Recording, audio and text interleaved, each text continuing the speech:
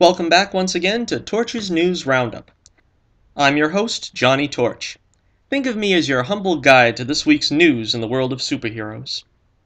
It looks like Flash Thompson will be going after Bruce Wayne, as Geoff Johns has confirmed that Joe Manganiello will be playing Deathstroke in Ben Affleck's solo Batman movie. I think he's a great choice, but as I said last week, I'm not sure I see Deathstroke as the main villain in a Batman film.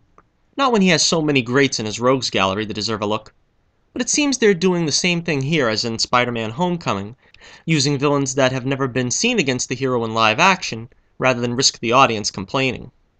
But characters like the Penguin, Catwoman, and the Riddler haven't been seen in a Batman film in over 20 years at this point. It's possible that the Gotham series, that features those villains prominently, is the reason behind them being taken off the table. They're also saying that Batman's killing with reckless abandon will be directly addressed in the Justice League movie, so at least they won't be just sweeping it aside and pretending it didn't happen, even though I wish it didn't happen.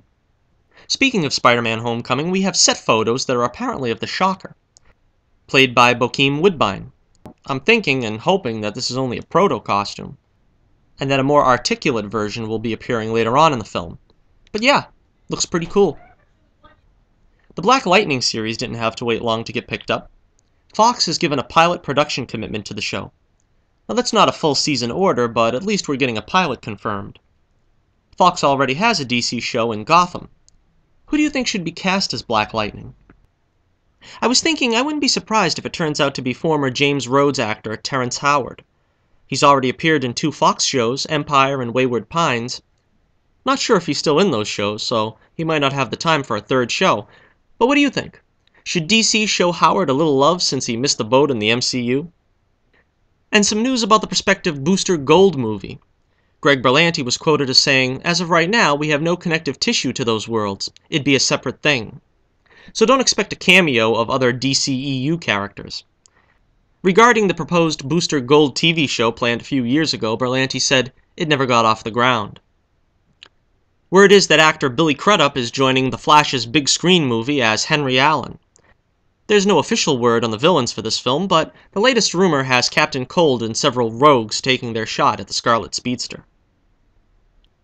Jed Whedon has promised in an interview that AOS will not shy away from Ghost Rider's true appearance this season, saying, "He's a violent character who comes with a lot of blood and a lot of fire. His skull will be on fire exactly as much as we can afford." Not very reassuring.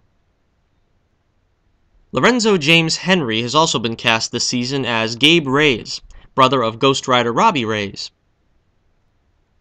This week's poll question of the week, which is the best superhero movie trilogy, the Iron Man trilogy and Dark Knight trilogy getting no votes. Surprised that the Dark Knight trilogy didn't get a better showing. The Spider-Man trilogy got 33% of the vote, which does my heart good, as I've always loved that series. And the big winner with 67% of the vote, the Captain America trilogy. Way to go, Cap. Remember to check out the link to my Twitter page in the description to vote in this week's poll. I'm still working hard on my Flash Season 2 review, which with any luck should be done sometime this week.